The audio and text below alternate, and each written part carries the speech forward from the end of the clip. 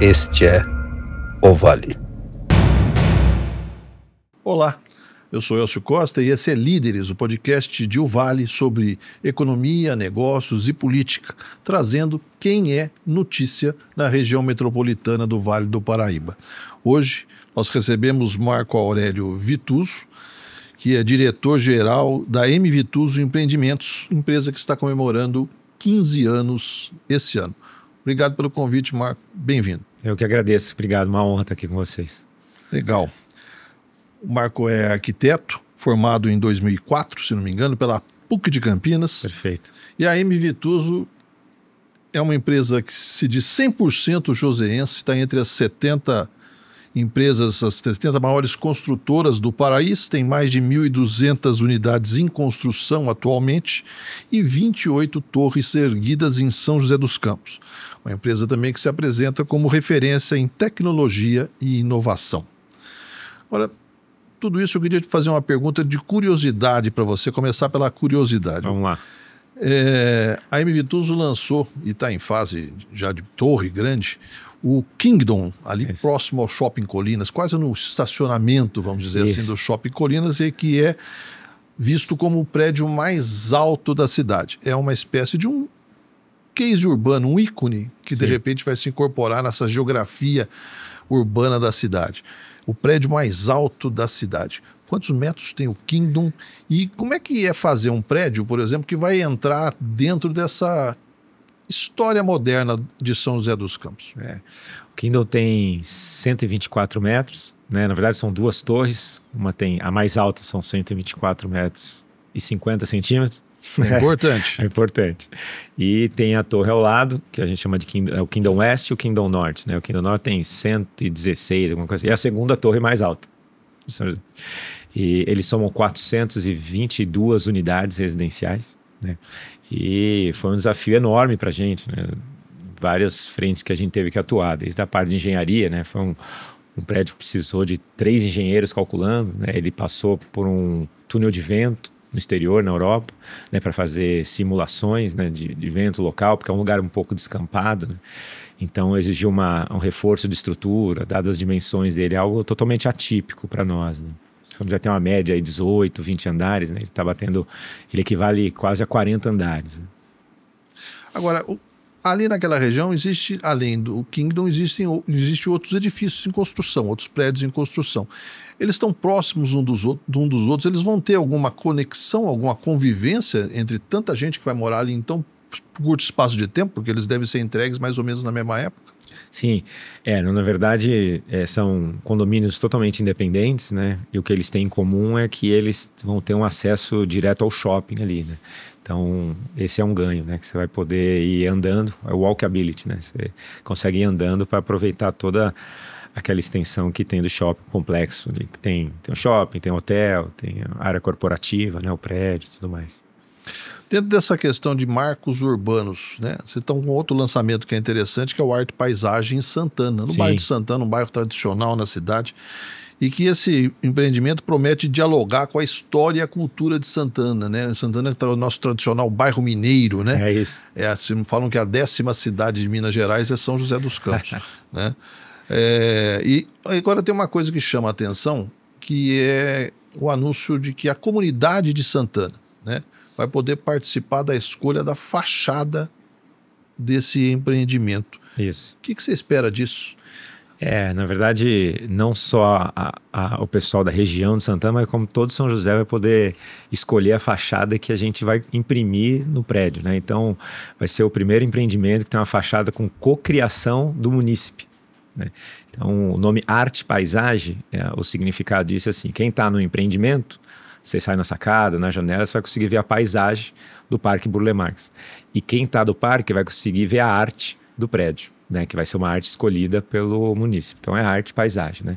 E aí a gente vai abrir votação para eles escolherem uma arte, né, que relembre toda essa essa parte artística do paisagista Burle Marx, que vai ser impresso na lateral do prédio. Como se fosse uma releitura de um quadro, de uma arte feita por eles.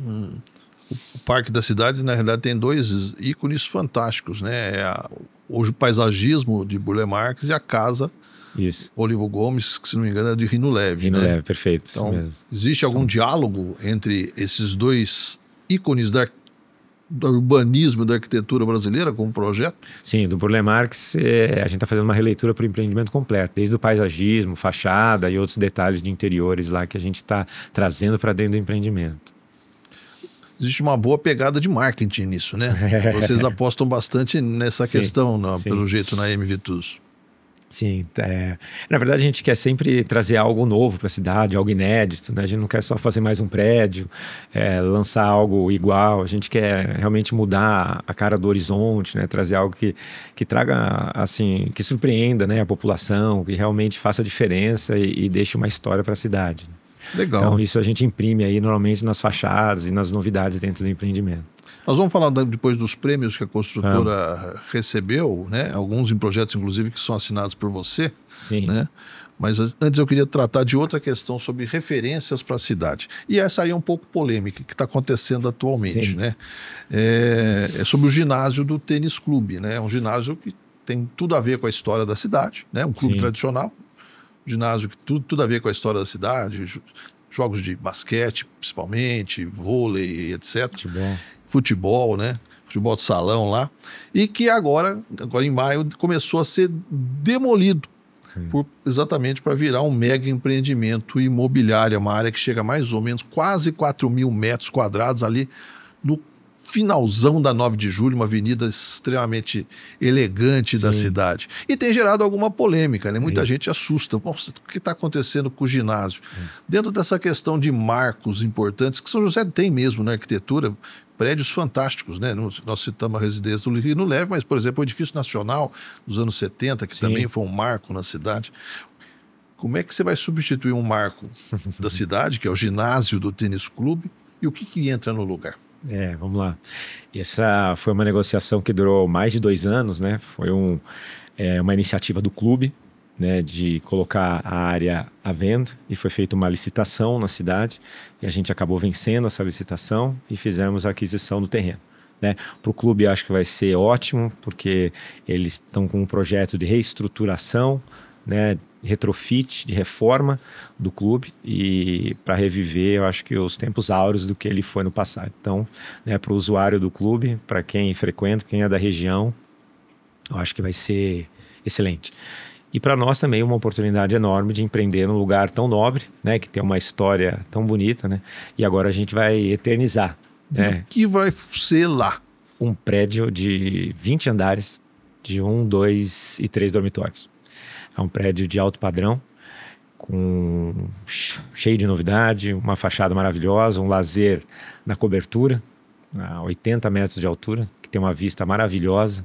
E ali você consegue ver toda a concha do banhado, né? Toda a concha do banhado. Então, vão ter lojas embaixo, né, para compor toda aquela avenida, que tem uma necessidade enorme de comércios, varejo e tudo. Então a gente está preparando, está saindo do forno, é algo que vai sair para esse ano ainda. Essa questão de loja, que é chamada, acho que fachada viva, é isso? Ativa. Né? A fachada ativa. Essa questão das lojas são uma marca hoje da arquitetura contemporânea nos grandes centros, e também é uma marca que vocês imprimem geralmente. O Kingdom, por exemplo, vai ter isso também. Essa é uma tendência qual é o objetivo dessa tendência dentro de uma cidade, por exemplo, como a nossa?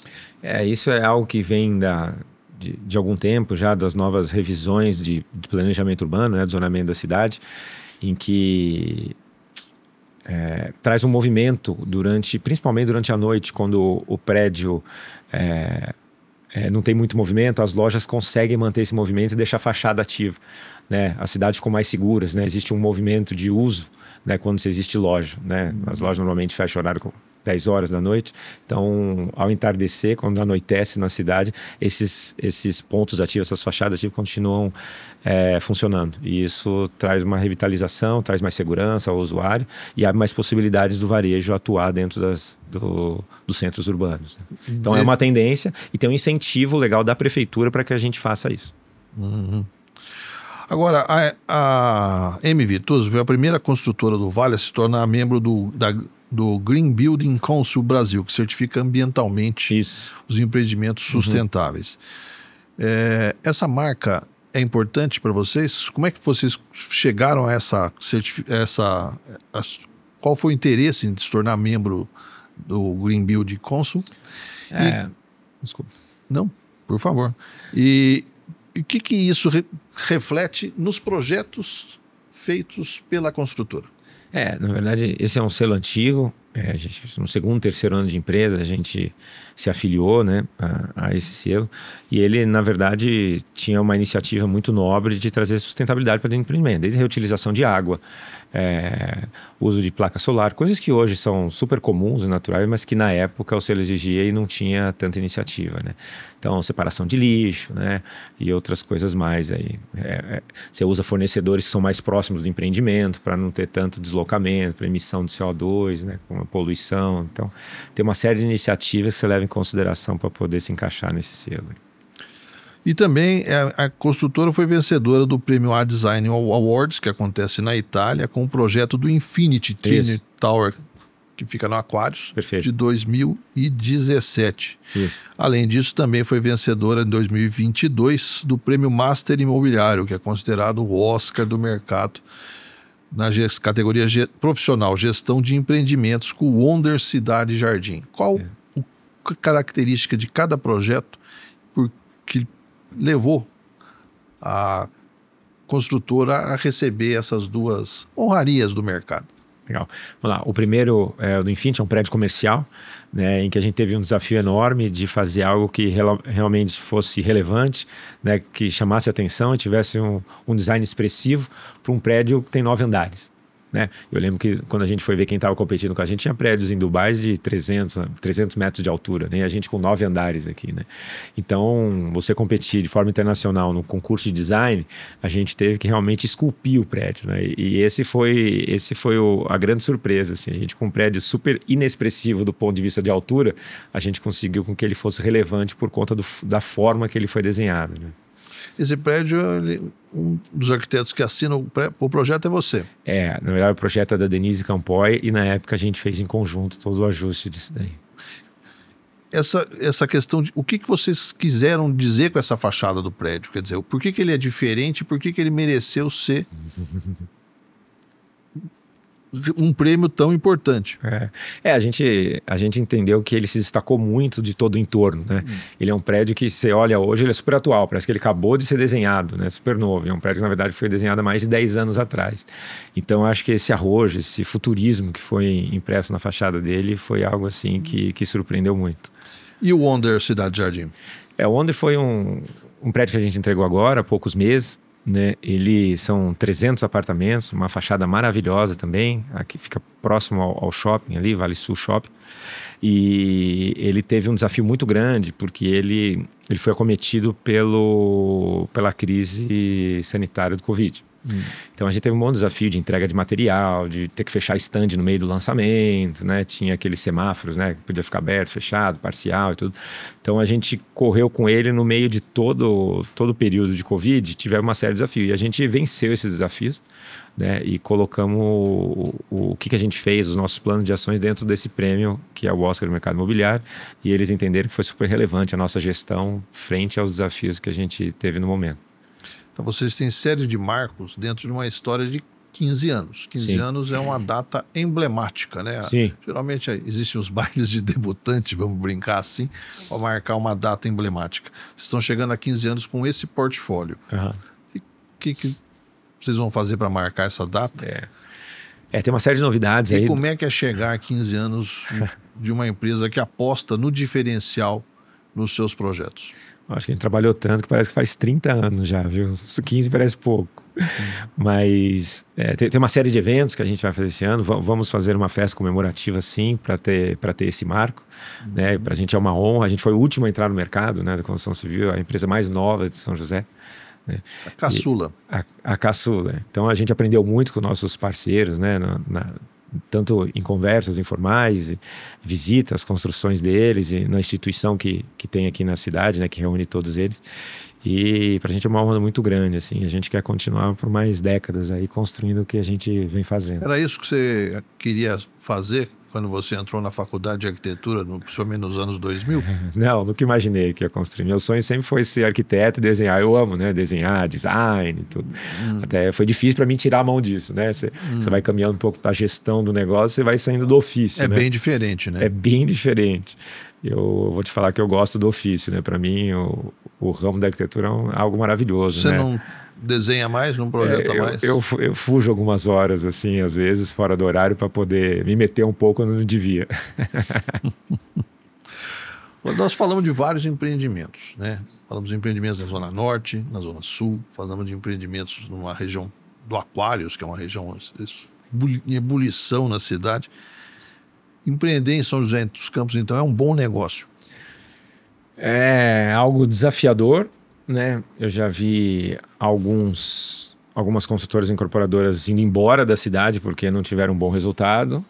Vários, inclusive empresas profissionais de fora, né? SAs, tem empreendimentos quase no Brasil inteiro. Mas já vi muita gente também acertando e se tornando um bom negócio para a pessoa. Então, qual o segredo para ser bom nesse mercado? Eu acho que assim, a dificuldade do nosso mercado é que ele é muito amplo, né? Então, assim, você tem que conhecer um pouco de marketing, você tem que conhecer um pouco de vendas, você tem que conhecer um pouco de financeiro, você tem que conhecer um pouco de obra, né? Um pouco de projeto, um pouco de novos negócios, um pouco de pessoas, né? Um pouco do jurídico. Então, ele é complexo. Eu acho que você ter pessoas boas que te ajudam em todas essas frentes acho que é uma receita de sucesso difícil de errar. E que avaliação você faz do mercado imobiliário de São José nesse momento? Tem vários lançamentos. O mercado ressurgiu depois de uma época mais devagarosa. Que avaliação que você faz do mercado? Tem lugar para todo mundo? O que está sendo... Nós temos lançamentos gerais, né, hoje na cidade que são conhecidos, né? As pessoas sabem. A obra do Terreno das Vaquinhas, projetos da MRV lá na Zona Leste que estão saindo. Como é que você vê esse mercado? Que avaliação você faz dele? São José, como um todo, assim, em termos gerais, é uma cidade excelente assim, para a construção civil. Entretanto, acho que a macroeconomia, quando você fala taxa de juros altas, né, manchetes não tão positivas, dívidas altas, né, as empresas endividadas, as pessoas jurídicas endividadas, isso vem assombrando um pouco o nosso mercado, que é um mercado de valor agregado muito alto e de longo prazo, né? Então a pessoa compra um imóvel, às vezes vai pagar 10, 20 anos, né? E valores sempre expressivos, né?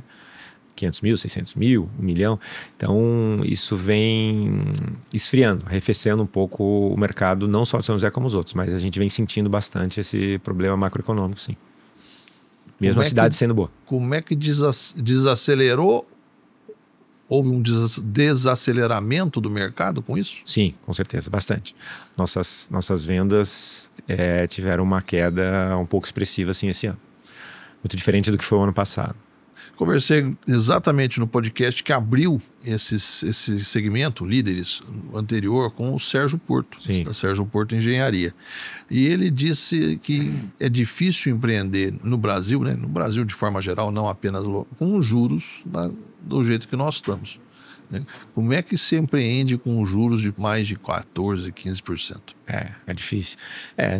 No fim das contas, sua margem fica menor do que já era. Né? Porque a construção civil é algo de capital intensivo, então você precisa sempre de um banco financiando a obra, né? E ele te empresta baseado numa taxa de juros. Taxa de juros alta, você tem um custo de capital alto e, logicamente, sua margem fica menor ainda. Mas a máquina tem que rodar, né? Nosso ciclo é longo, né? A gente começa a negociar um terreno hoje para conseguir aprovar em 1 ano e meio, para construir em 3 anos, depois dá mais 5 anos de garantia. Então, o empreendimento é 8, 10 anos. Então, a gente não pode parar, né? E a gente vai se virando aí para contornar as dificuldades. Mas isso sempre foi assim, é ciclo, tem hora que fica bom, tem hora que fica ruim, a gente tem que acelerar e conseguir contornar aí as dificuldades. É o custo Brasil para o empresário da construção civil. Custo Brasil, risco Brasil, tudo Brasil. O Brasil realmente não é para amadores, né? Mas tem a demanda boa também, a demanda Brasil, 220 milhões de habitantes consumindo, né? Então tem o meio copo cheio também. Não, isso é verdade.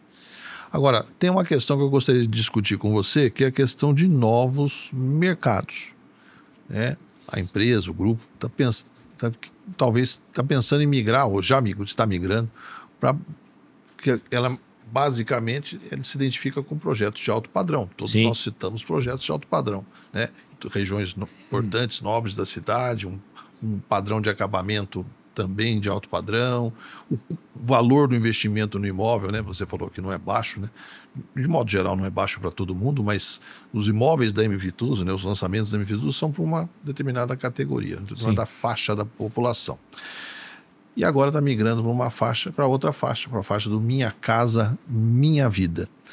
O que isso representa, né? Por que está sendo feita essa guinada? O que isso representa? E qual engenharia foi feita para se chegar, para se mudar, né? Ou pelo menos para se tentar esse mercado tão diferente daquele mercado que tradicionalmente vocês estão acostumados? Sim, vamos lá. Na verdade, esse braço para atuar no setor econômico, né, é uma outra empresa, né, que foi desdobrada da MV Tuso. Essa empresa se chama Maná, né, e a estratégia dela é, através de parcerias com outras empresas especializadas no econômico, desenvolver esse tipo de produto, não só em São José, mas agora em outras cidades. Então é isso que essa é a nossa estratégia de crescimento e de avanço para esse novo negócio. São os mesmo grupo da MV Tuso na Maná? São gestões diferentes. Investidores diferentes, uma gestão separada. Na verdade, a gente vai começar assim a atuar no segmento econômico, mas não com a MV Tuso, com uma empresa chamada Maná, né? E essa empresa, a estratégia dela é desenvolver esse tipo de empreendimento com parceria com outras empresas, né? Essa é a maneira como a gente vai atuar. São equipes distintas, né? Tem uma diretoria própria e focada só nesse tipo de negócio. Por que investir nesse mercado? Como é que foi a decisão de migrar de um perfil para um mercado popular, mercado... É um mercado, primeiro, tem a beleza do social. Sim. Né? É um mercado que tem, naturalmente, uma demanda enorme por ser algo mais base de pirâmide, né? E é um mercado que está sendo muito bem atendido, assim, né? As taxas de juros são diferentes do que tem sido para o médio e alto. É um bom negócio investir lá. É um bom negócio. É um bom negócio. Então a gente entendeu que, embora a gente não tenha expertise, eu acho que é a hora da gente entrar, mas com empresas que têm essa expertise. E aí a gente tem uma curva de aprendizado mais rápida. Você falou de outras cidades. Isso. A Maná vai sim atuar em outras cidades. O que você pode dizer para a gente sobre isso? Hoje a gente está com terrenos já em desenvolvimento em cidades próximas aqui, como Jacareí, né? Temos empreendimento já com projeto avançado em Cruzeiro. Temos em Mogi das Cruzes. Então as coisas estão andando para algo aqui próximo, no raio de 120, até 150 quilômetros. Agora, antes da gente começar a gravar, você falou que a Maná tem uma característica diferente sobre a questão do que fazer com o lucro. Isso é uma coisa que poucos às vezes não fecha a conta na cabeça da pessoa, né? A Maná Eu fiquei curioso. A Maná é a primeira empresa do mercado imobiliário que destina 100% do lucro para instituições sociais, né? Lógico que o nosso mercado ele tem o ciclo é longo, né? O lucro se vem no final, né? Com a entrega e conclusão do empreendimento. Então é algo que vai vir daqui a alguns anos, mas esses recursos serão destinados para diversas instituições sociais no Brasil e até no exterior. Como é que será feito o critério de definição de que instituições vão receber e quanto? Tá. E me explica essa mágica. Como é que você consegue destinar 100% do seu lucro e o que sobra para você investir em novos projetos? Sim, vamos lá. Na verdade, eu vou contar primeiro a mágica do financeiro. Tá. É um bom começo. A mágica financeira é a seguinte: na verdade, a gente, depois que empreende, né, que conclui o empreendimento, pagam-se todas as contas, logicamente, né, inclusive de quem aportou recurso. Então, a pessoa que investiu na Maná, ele vai ter seu recurso de volta corrigido por um índice muito bom. Só que o empreendimento, naturalmente, dá um retorno muito maior que esse índice que é devolvido para o investidor. Então, essa diferença do que o investidor recebe de volta, dado o aporte financeiro dele, e o que sobrou, que restou do empreendimento é o que a gente vai doar. Então paga-se a conta de todo mundo, inclusive do investidor que acreditou no empreendimento, e todo o lucro remanescente é doado. E como é que faz outro se o lucro doou? Com o mesmo recurso do investidor. Ele volta, faz o aporte, tem o seu recurso totalmente corrigido no índice muito bom e ele gera mais lucro. Então, além dele pôr recurso e sair com mais recurso, ele ainda gera renda para doar para uma instituição. Então, é um investimento que você consegue ter um bom retorno financeiro e ainda gerar recurso para a instituição financeira. Esse é o negócio da Manaus. Surgiu essa ideia de... E como é qual é o critério de seleção das instituições? A Invituso tem um viés social muito forte, né? A gente tem iniciativa para todos os prédios, por exemplo, o Kingdom é um prédio que cada unidade vendida a gente adota uma família carente, né? Através de uma instituição na cidade, né? A gente já adotou crianças carentes, já fizemos doações pontuais para várias entidades na região, né? E no exterior também. E eu decidi ampliar muito mais isso. Então, criar uma empresa que tivesse esse fim social de verdade. Isso é uma questão que muito se falou, né? Eu volto como referência a conversa que eu tive com o Sérgio Porto. O Sérgio Porto é uma espécie de um ícone, um ícone do mercado local. E ele defendeu muito a questão da ação social do empreendedor, né? Ele mesmo citou alguns exemplos feitos pela Sérgio Porto. Nós estamos voltando nisso com você. Legal. Você acha que é a responsabilidade de quem empreende e quem lucra reverter isso para a sociedade de alguma forma? Muito, com toda certeza. Eu acho que não tenho certeza que a gente consegue ser feliz com muito pouco, sabe? Muito pelo contrário, eu acho que a extravagância, às vezes o excesso atrapalha muita coisa na nossa vida. Então, a gente poder contribuir, né, com quem precisa muito mais que a gente é algo hiper satisfatório, né? Então, a Bíblia mesmo fala, né? Há mais alegria em dar do que receber. Então, eu venho praticando isso há alguns anos e agora eu quero fazer de forma expressiva, não só pelas entidades, mas também para poder dar um bom exemplo ao empresariado, para que ele comece fazendo algo parecido. Você acha que você vai ter um bom futuro como pregador ou vai pregar no deserto? O que você sente do mercado? O futuro a Deus pertence, né? Mas eu sou bastante otimista, assim, por natureza. Eu acho que as coisas vão no rumo certo. Sim. Você, pelo jeito, é uma pessoa com bastante fé. Sim, muito. E o que isso determina o sucesso ou o fracasso de uma pessoa? Faz toda a diferença, né? Eu brinco muitas vezes assim, mas qual que é o principal diferencial competitivo da Invituso? A fé. Né? Porque muitas vezes as contas parecem que não vão fechar, né? As condições econômicas futuras não são muito boas, mas a gente dá um passo de fé e as coisas acontecem, sim. Tá certo.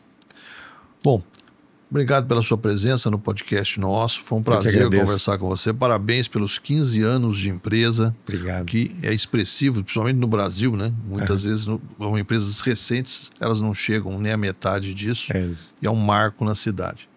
Mais uma vez, obrigado. Eu que agradeço. Esse é Líderes, o podcast do Vale de Economia e Negócios e Política, recebendo gente que faz notícia, que é notícia na região. Eu sou Elcio Costa, acompanhe a gente no próximo episódio. Obrigado.